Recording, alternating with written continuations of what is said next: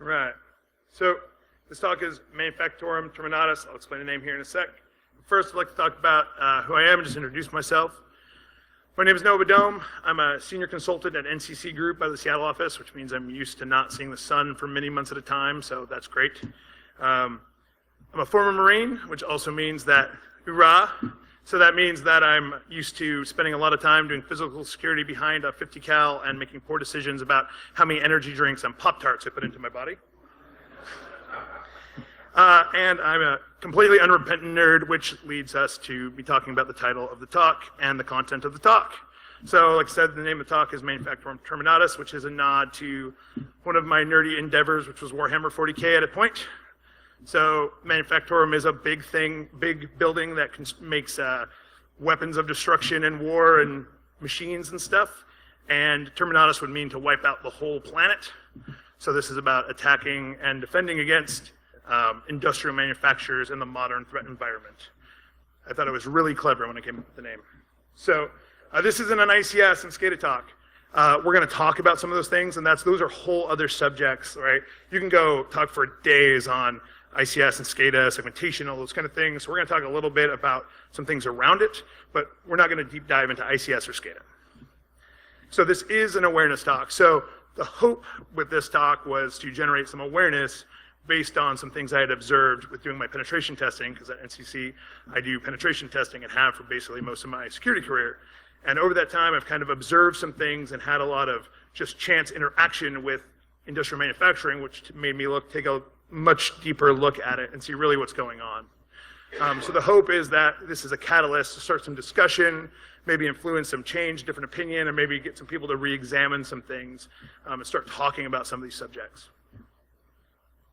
So, overview, what we're going to talk about, right? We're going to talk about what industrial manufacturing is and talk about the state of security in industrial manufacturing from a couple different points of view.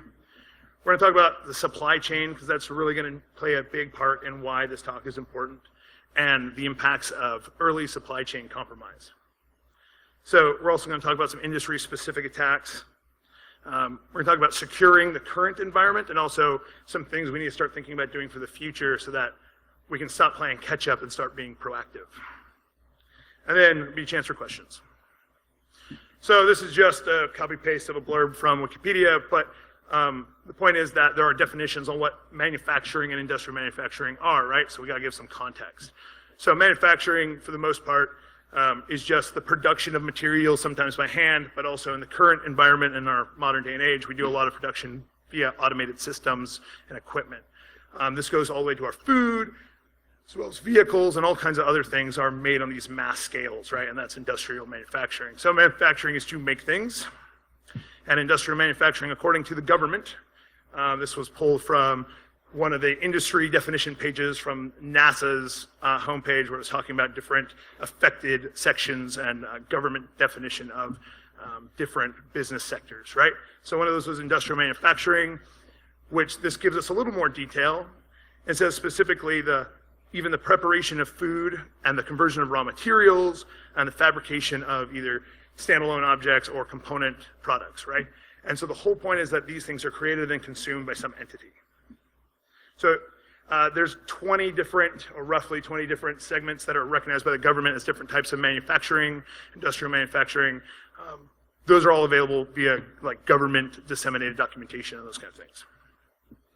So what industrial manufacturing is, according to my observations, as well as communications I've had with people in the sector, observations from research on Google and different open source information sections on industrial manufacturing in its current state, right? So industrial manufacturing, I'm not going to read verbatim from this, I'm just going to talk about what it is. So industrial manufacturing is a very old, very large, very high revenue industry, right? It's deeply ingrained in all the components of the modern supply chain and economic system. So we have to have things to consume things as consumers, and we need things to do stuff, right? We need cars, we need vehicles and other different pieces of equipment, canned food, all these different things, right? And so manufacturing is that group that makes those things. And so what's important to remember is, since it's been around so long, the people who've been doing it, the organizations that have been doing it for a very long time. and they were doing it pre-automation and IP-enabled technology and all these things. So as new technology to make things more efficient came out, they've tacked things on, right? So this has been a developing, evolving industry that primarily focuses on uptime and output, right? So they make their money, and they're able to sustain themselves by producing the highest quality product they can as fast as possible and maintaining as much uptime as possible so that their revenue stream isn't interrupted, right? So it's very people and technology intensive. It takes a lot of people to run, an industrial manufacturing complex, right? Even though a lot of it's automated, it takes a lot of people maintaining equipment, stocking things, identifying issues, cleaning, maintaining all these things, right? And also clerical staff, so people running the actual business side. So we have a lot of people. We also have a lot of technology of different types, and with the advent of IP-enabled technology, we have an Internet of Things, to coin a phrase, from all these different industrial pieces of equipment, from like automated building arms to pressure cookers to basically everything you can think of at this point can be produced in an IP-enabled fashion, so it can be managed centrally. So I think one of the big things to keep in mind is that it's also a very large physical footprint. So it takes up a very large amount of space to do efficient industrial manufacturing, right? It takes up you need these large plants and lots of things for extra parts, storing of output. You need a lot of area for vehicles and equipment that are used to maintain or operate the industry. So it takes up a very large amount of space, which brings its own concerns and questions. So something that I want us to keep in mind as we move into the state of security in manufacturing is that with a large amount of staff and the drive behind for output and for uptime and output, the decisions that are made to allocate funds are directly impacted by the business need, right? And since security is one of those kind of newer things as far as the realm of such an old revenue-based business, that it wasn't always a forefront consideration, and it doesn't directly impact output. So it's something that gets a secondary concern. So moving into the state of security in manufacturing. Sorry, jump one. So the organizational focus is on uptime. We have a large number of staff. We have the security staff tends to fall under IT in a hierarchical way. Staff tends to have a very low turnover as far as IT staff in general, but there's a relatively low investment in the training and maintaining of those IT staff as a whole. Now, these things I'm going to say, they don't apply to every single business, but these are things that have been observed, in a large number across many organizations within the industry. So equipment and vendor dependencies dictate some things that create exposures within the environment. So things like unpatched systems that can't be patched because if they're patched, they break this thing that we need to do our job. We can't update it because it would require this much downtime or this much investment, and the business hasn't approved that expenditure. So those kind of things contribute to a large number of the exposures. There's a varying level of technologies across all of the different components within an individual organization because it's easier to retrofit an existing plant that's been purchased than build a plant from the ground up. And by doing so, they can save money and therefore generate greater profits and those kind of things. So what you get is organization makes, balls. And they go and say, okay, so this place makes squares, so we're going to go and we're going to convert the square making factory that we just purchased to make balls also. The problem is that they have their own set of remote access technologies, their own sets of servers and equipment and business process that they've had in place for so long. It's very hard to come in and start moving those things around because they don't want to impact uptime. So what you get is Plant A uses these technologies and Plant B uses these technologies. Plant C uses these technologies and HQ uses a whole nother set of technologies. Now, again, you don't see that in every single organization, but it's common enough that it's become a major concern. So that, combined with a large physical footprint, exposes a lot of issues, right, that can be identified by an attacker and then potentially exploited.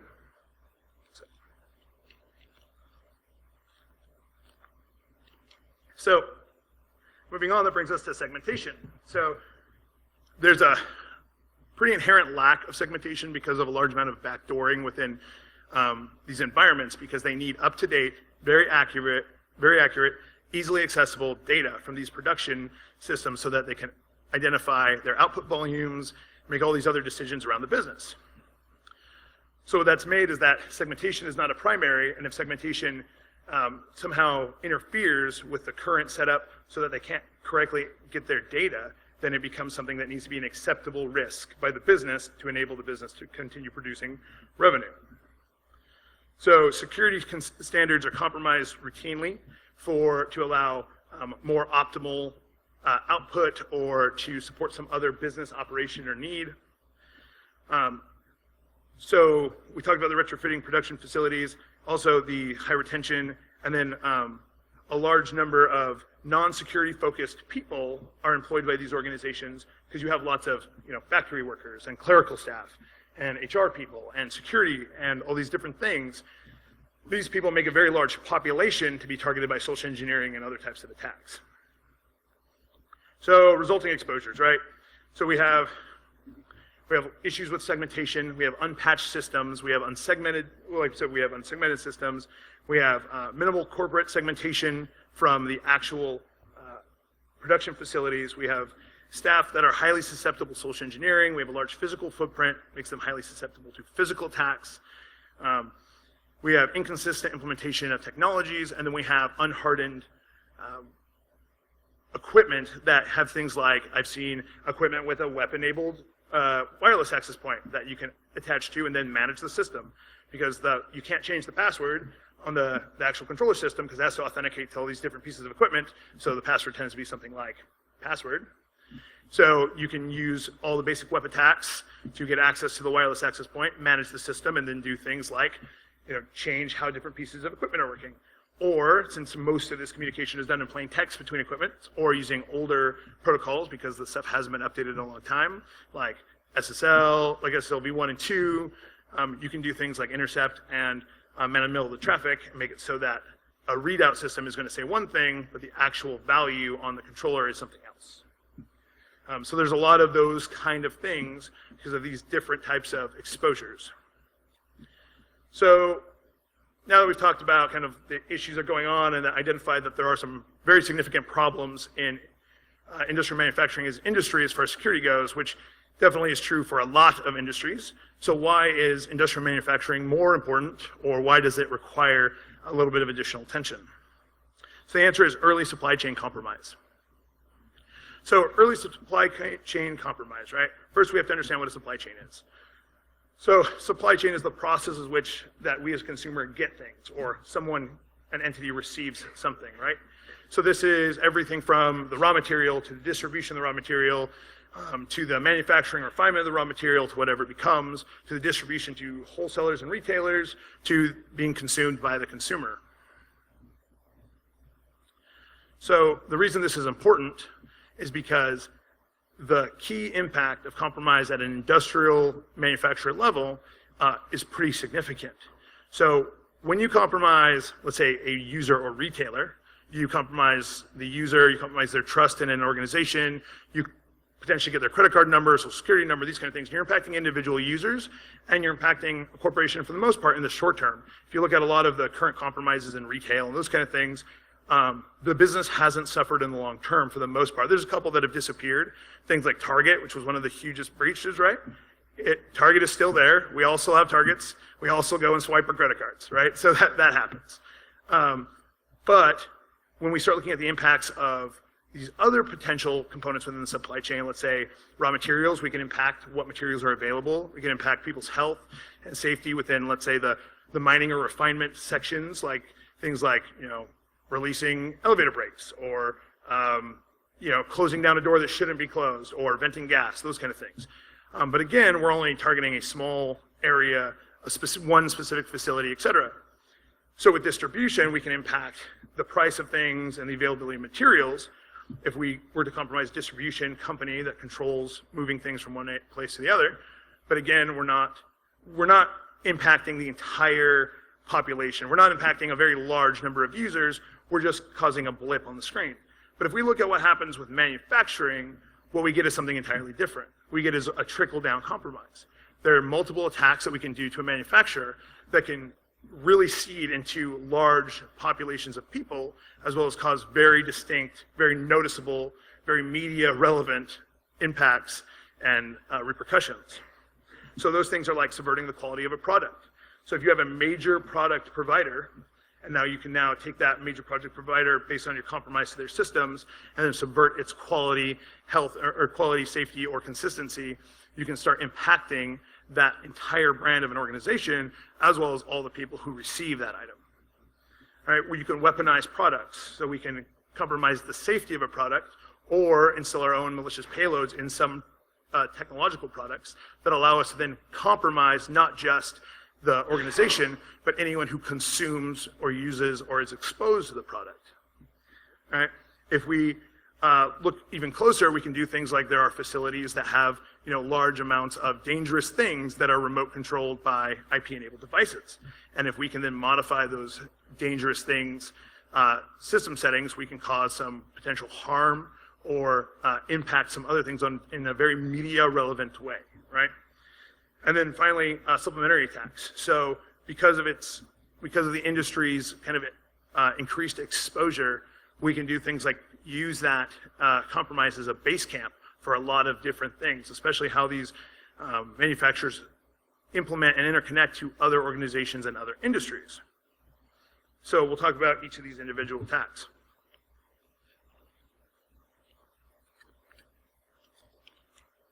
So subversion. So subversion is where we undermine the quality and reputation of an item or an output, right? We can do things like adjust values so that the product doesn't function how it's supposed to. We can do things like load images or other things into specific products so that they are offensive or somehow damage the reputation of the organization, right? We can include other content or lower the tolerance of certain performances so that overall the product is of a lower quality, impacting both the people who use it as well as the organization who provides it. So we go into weaponizing, which is kind of the more interesting attacks, right?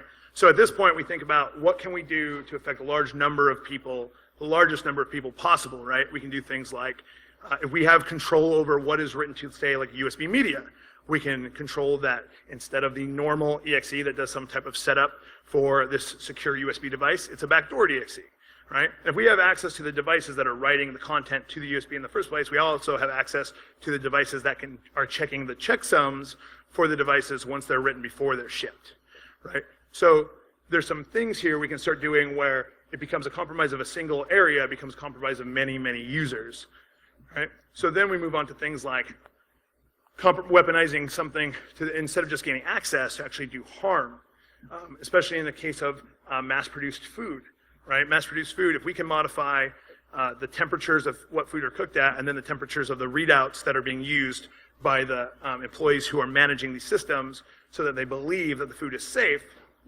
then we can then cause a large number of unsafe food to be distributed via specific channels. Things like canned foods that aren't cooked to the full temperatures and then are canned, and now you're at a temperature where bacteria and things can grow and cause things like botulism and other things, right? So looking at those as potential attacks, you realize that these industrial manufacturers are so ingrained in our lives in general that one compromise can just cause a wave of infection and damage. So then serious harm, we're talking about damage to people who are actively working in these facilities and equipment. A lot of these times the industrial manufacturers are the heart and soul of specific communities and organizations. A lot of these generate a very large number of jobs, and because of that, they're very important to communities. So if you were to damage a facility, harm the people there by controlling how a specific piece of equipment or how chemicals are stored or things like that based on IP-enabled equipment that you have access to, or physical access to the plant that you're able to then do some things, you then start realizing that you're not just impacting that organization, you're drastically impacting the communities that rely on that organization for their livelihoods and those kind of things. So that spreads that damage radius significantly. So then we look at supplementary attacks. This is where we're talking about setting up base camps. So things like siphoning funds. This can happen with any organization, but it's specifically relevant with industrial manufacturers because they do a huge number of microtransactions, micro in their in the scheme of their revenue, because they're constantly purchasing amounts of the things they need to make the things they make, or they're paying someone a certain amount, or they're transferring funds from one facility to another. And so because of all these microtransactions, it's very easy to slip some small transactions into the mix and start siphoning funds out of a very large organization that won't notice a lot of those small microtransactions, right? So then we have things like launch attacks against partners, right? So a lot of these industrial manufacturers also integrate with the industrial manufacturers who create components for specific organizations who then manufacture another product. They usually have direct connection to their environment on some level so that they can share production data and different things. So then you can use those initial compromises of these relatively soft targets to then pivot into much more important or much larger organizations. So, and then enable physical attackers. So one thing that if your goal is specifically physical, if you have some type of remote access, it's very easy then to identify things like video cameras and other things that would allow you to support a physical team that was going into the facility to obtain some physical goal. So scary stories. So this is kind of where the point where I take a step back and I hope that I've properly impacted or imparted that why this is important. And I understand it's a little bit dry, right? Because we're talking about an industry that has all these things and everyone's thinking, okay, well, every industry has these things and issues. But like I said, the driver is why it's important, right? So some examples of things I've experienced and been involved with is access to large facilities that contain large amounts of very dangerous chemicals that I was able to get into because they have a very large physical premise. And then when you start looking at kind of the culture around these different organizations as far as physical ingress, these are usually like factory workers and, like I said, people in smaller communities. And so really what you need in that case is a hard hat, a pair of boots, some jeans, and a clipboard, and to be very authoritative about these things that you've identified that are issues. So one I've had a big success with is just walking the perimeter, this perimeter of a 1 million square foot manufacturing complex and just checking the fence. And then on occasion, I'll find somewhere where there's a weak link or somewhere where I can get through. And I've actually passed through a fence right when there was someone around a corner that could see me, and they asked me what I was doing. I then explained that I was fixing the fence and then ordered them to go get a bunch of things to fix the fence, which they complied with readily because physical security is such a focus for them, and went and repaired the fence. And by the time I left, the fence had been repaired, right? But at that point, I already had physical access and was looked at as a trusted person to all this equipment, right? Because there are very little technical controls around who can connect what devices to what network ports. And so you can connect to a network port that's like right beside a giant manufacturing piece of equipment, just connect to the network port and be on the same VLAN as it. And because these areas are checked very little other than for the specific consistencies of the equipment, you can just leave drop boxes there for days, if not months, and in my case on several times, multiple weeks. I've done entire pen tests on some of these environments just from a single drop box that I've dropped on a network that never got found, right? And because of these lack of controls and segmentation, we're then able to pivot through the network and go from just a single facility back to the headquarters and then back to all these different facilities. And so I've done this multiple times across multiple types of industrial manufacturing, like as far as chemicals, food, pieces of equipment, those kind of things. And it's generally the same around, like no one is doing anything that everyone else isn't already doing. I'm sure that there are places that are doing everything right, have everything locked down and segmented, but as a whole, because of the nature of the organization, it's just not true, right? Or at least it's not consistent across the organization. So that's an example of physical. So there's been things where I've seen on remote attacks where they have specific pieces of like web applications that display remotely and are available to the internet that have like production data so that their partners can view it and it's not relatively controlled. And some of these are homegrown applications with like SQL vulnerabilities in them. So then we can do SQL injection onto the unpatched XP host that's been running this for the last 6 years. And now we're on their internal network. And of course, it's not hardened because they can't harden it because it's the box that it's on that hosts several other applications is also vendor supplied. And if they update it, they'll break a couple other applications. And then you have this huge mess that's this intertangled web of issues, right? So where I can't say specifics and point out a company or anything, I can just say that this is very, very prevalent. And there needs to be some levels of education and focus applied, right? So great stories, now what? Well, let's fix it. So let's talk about actually securing it, right? So some of these are going to be duh, but then I want to point out some things that are a little different for industrial manufacturers. So we're going to enforce segmentation. We want to reduce variance in our technologies that are employed. We want to do critical system checking, integrity checking, so we can identify changes in critical systems. We want to maintain functional standards that are enforced. We want to do monitoring, logging, and alerting. And we want to change how we do our authentication. It's important to remember that regulation, governance, and compliance that's applied to industrial manufacturer varies depending on the product and the consumer. So if it's consumed by the government, it has different rules. If it's consumed by a person, there may be varying rules depending on the specific product that's being evaluated or being produced. So with that said, since there's no real overarching regulatory controls saying all industrial manufacturers must do at a minimum this for their ICS systems, we start to have some issues, right? So look at enforcing segmentation. So Rockwell Automation, as well as partnered with some other device manufacturers, have kind of started trying to put out some best practice advisories and things on how ICS systems should be segmented from their standard networks. And so one of the suggestions they give, as well as is kind of repeated throughout many documents, is that there should be a DMZ that is established that essentially treats the internal corporate network as the internet and as an untrusted entity, and that the DMZ acts as our filter for all of the content going between, right? And so that way we can set it up so that data passing from the corporate network to the ICS network never actually goes to the ICS network without being processed, modified, sanitized, examined, and then passed on in a controlled channel. So when we start looking at kind of those implementations, the problem is right now, doing a lot of those implementations will start to impact productivity as far as their ability to monitor the data, because it's going to require them to change a lot of how they do their communications and how their current network architecture is, right? And because a lot of these organizations, like I said, are so old and they have very little invested as far as actually updating and training their IT staff, or they have underfunded IT staffs, we have this issue where they just don't have the knowledge, manpower sometimes. They have some factor that's limiting them from doing the implementation even if they could. So that brings us as security professionals, where we have to start looking at how can we support these organizations and support if we work at one of those organizations, support our teams to help us optimize what tools we have in place to start implementing more secure ways to segment our networks. So another example is that segmentation I was talking about between the actual manufacturing plants and the corporate headquarters and other plants, right?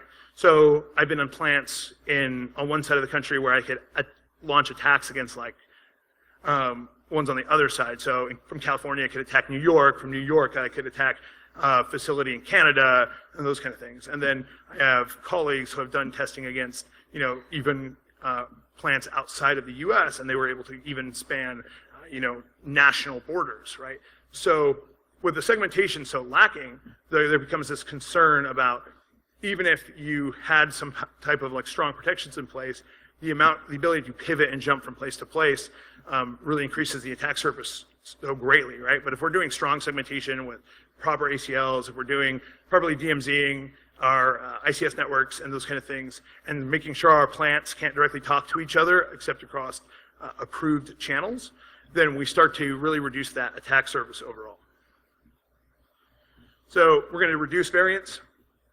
So that just means that when we go in and we set up a new organization, those kind of things, we want to make sure that we have uniformly deployed protections and those kind of things, that we're using the same technologies as much as possible so that we can create a discipline of expertise in our individual technology, and we can build proficiency in handling that technology, right? Which means we can deploy it quickly, we can deploy it more efficiently, we can deploy it in a way that is more secure, and then when we have our guys have to do something last minute, they can minimize the amount of time they actually have to spend doing it, which means we can get more efficiency out of our actual people and manpower, right? So it's good for everybody. So moving on to critical system integrity checking. So this is just the fact that if we have a gold image, we have something that is a critical system, then we need to be able to maintain that it hasn't been modified. So if this is something that is going to impact somebody's health, wellness, or could potentially impact someone's safety, we need to be able to look at it and say, yes, it currently matches this value. And so that goes into protection of our gold images in an out-of-band, offline stored, secure manner. This goes into implementing some way to create a checksum of our hosts and manage that checksum. This goes to making sure that all our changes are controlled and monitored, and we have some type of change management monitoring and policy in place. So maintain functional standards. So this goes back from the actual doing to the policy and the documenting, right? So we need to have standards and compliance advisories and policies internally and those kind of things that dictate how we should do things. They need to be monitored and they need to be enforced, and there needs to be an understanding and education disseminated throughout the organization to make sure that everyone is aware. All right. So these things should include things like encryption, patch levels, authentication mechanisms, and service configurations. So then authentication. So this is true for everything, in my opinion, at this point, is that we've moved beyond password being enough, right? Password is no longer enough to defend against most attacks because there are so many things that have advanced to try to defeat passwords that now a password just is not enough protection. So we need password +1 at a minimum in our non-critical systems. And then in our critical systems, we need password +2, right? So something that goes beyond just two-factor authentication to multi-factor authentication. There has to be something like you have a thing, you know a thing, you are somewhere, or something analog to that allows multiple levels of verification, and then there needs to be significant monitoring and logging and alerting around those authentications, and even in some case manual follow-up on specific authentications. So monitoring, logging, alerting. This is one of the ones I really want to just take a minute to think about, is that monitoring, logging, alerting is great. And we always hear people say heuristics, heuristics, heuristics, and try to push it down our throat. We all come up with reasons why it doesn't work. And it's true in a lot of situations that it doesn't apply because we have to have significant amounts of information to establish baselines. But in a ICS network that is relatively static as far as configuration, that communicates in specific channels all the time, and it only communicates in these certain ways, it makes it very apt to put in heuristics, because you can basically look at an ICS network and basically see it function in relatively the same way with some slight variance, the same way for months, if not years, right? And so when we start seeing variances, then we can know that something is significantly different. That doesn't just help to stop attackers, that also helps to identify malfunction that could potentially save lives and protect people who are working in these industries. So preparing for the future. So this is kind of the, okay, what's next? Like I said, there's not a lot of regulatory compliance and governance around industrial manufacturing as a whole. There's not a lot of awareness and communication and discussion about these items. Really, the only people discussing them are the people who are selling industry-specific devices to fix the problem. So the problem is when we have vendors who are our only source of information, us as consumers or security professionals running these teams start thinking, okay, you're just selling me something. I don't need this because you just want to make the money you want to make. You try to convince everyone that we all need, blue shoes for whatever reason, but we're fine with the shoes we have. But the simple fact is that in how important this is and how potentially impactful it is, we really need to start taking considerations about putting out information and devices that are specifically tailored to meet these needs. Make it easier. So us as security professionals, that's where it falls to us, right? If we're pen testers, we need to know what we're talking about when we go to pen test these environments and know what we're looking for, and we need to demonstrate why it's important. We also need to be able to clearly delineate how to fix it. This is the biggest problem with industrial manufacturers consuming security services is you take a normal network level pen tester and you throw him at an ICS network or a large plant. He does a bunch of pen testing, he shows a bunch of issues, and they say, okay, well, how do we remediate that in the most effective way specifically for our industry? And the pen tester says, I need to check, I need to find out. And so he does some Googling or talks to somebody and then comes up with a very good sounding half-baked idea and then communicates that to the client who is very intense about getting this answer. So what we need to do is, as a team, as a group, as an industry of security professionals, we need to really keep the information flowing between us and start creating guidances and ways to teach other people how to do this properly so we can actually start securing things and making things safer for the people who are producing things we consume every day. So, and that goes right with that demonstrating the reality of the attacks, right? If we just say, hey, you're unpatched, they're not going to care. If we say, hey, you're unpatched and I can shut down all your systems, it will take you this long to do it based on the things I've observed, and and conversations with your people, that might mean more. If you can say, hey, I can shut down your systems and I can, based on this access, we can do this amount of damage, either to a reputation, to people, to things. When you start talking about loss of business, like business death events, where it's almost unrecoverable to come back, when you talk about like large losses of life, obviously you don't want to do that with a client if they're sensitive about those things, but when you start hinting at those things of huge impacts and can actually demonstrate with your screenshots and your testing and your technical skill why this is true, then you start getting some real change and like budget allocated. And that's kind of the measure of change, right? Is how much budget have we allocated to fix this problem? All right, so I got 3 minutes left. Any questions? Sorry, I was a little slower than I expected. Yeah.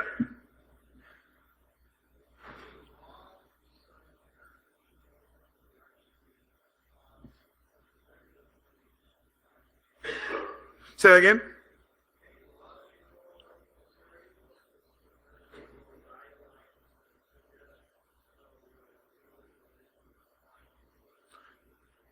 So I don't have the exact acronyms with me, but there are some laws specifically around chemical refinement and manufacturing. So like things like anything that can be used for explosives, hydrogenated ammonia, like fuel, gasoline, anything that's at all incendiary, anything that's caustic or irritant. Those things all have very specific laws on storage and these things, but not necessarily around security on the network level. But however, there are very strict physical security rules. For instance, to be present in a lot of the facilities that because a lot of the facilities that manufacture and refine large amounts of chemicals, they're also present or at least interacted with by ports and other transitory communities. They have to have TWIC cards to be present on the premise. And because of that, that's a very focus on physical security, right? But if you have a TWIC card, which, by the way, a TWIC card takes $150 and a background check, right? So if you've never committed a known felony and you have $150, you have a TWIC card. Congratulations, it's a very, very official looking, I wish I would have brought mine, very official looking piece of government identification, right?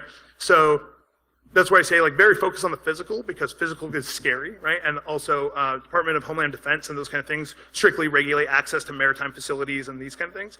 But nothing that I know of, at least from what I've identified, that specifically says their network needs to be configured this way, other than like NERC, which is very clear, and NIST. So NIST too, if they are being consumed by the government, their product is directly, like if they're producing, let's say, military grade equipment, NIST will definitely have enforcement and audit.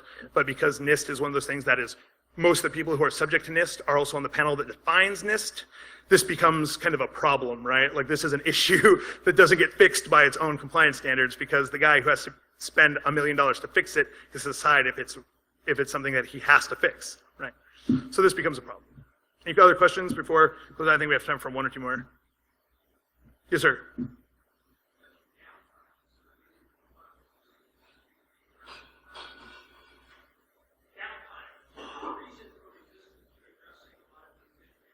Yeah.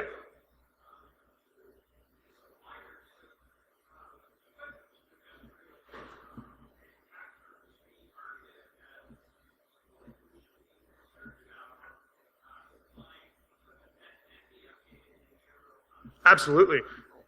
So what we need to do as part of those going forward steps is trying to it's obviously an issue in every industry, right? Vendors who produce something, they don't sometimes that equipment is just produced to make money, whatever it is, right? And so you'll always see security guys who are really concerned about that they can't get their vendor to change something. So yeah, we need to start trying to influence our vendors to create better products overall. And that as security professionals, we can partner with those as our organizations and say, hey, let us do validations, right? There's a lot of times where companies will even do like pro bono validations of specific work so that they can publish it publicly, right? These are good advantages to say to a company, hey, let us help you fix your product. You let us publish our white paper, and then you'll look very secure, and then we get to have some media coverage, right? So these are things that as high-level people within security organizations we can do to try to influence and push those vendors. I think we're out of time, right? Yeah, I think we're out of time. If you guys have any more questions, I'm happy to take them. I know it's not the most entertaining and exciting talk, and I didn't have any room for silly cat pictures, but I promise the next time I'll have a lot of funny content that doesn't pertain to the material. All right, thank you very much.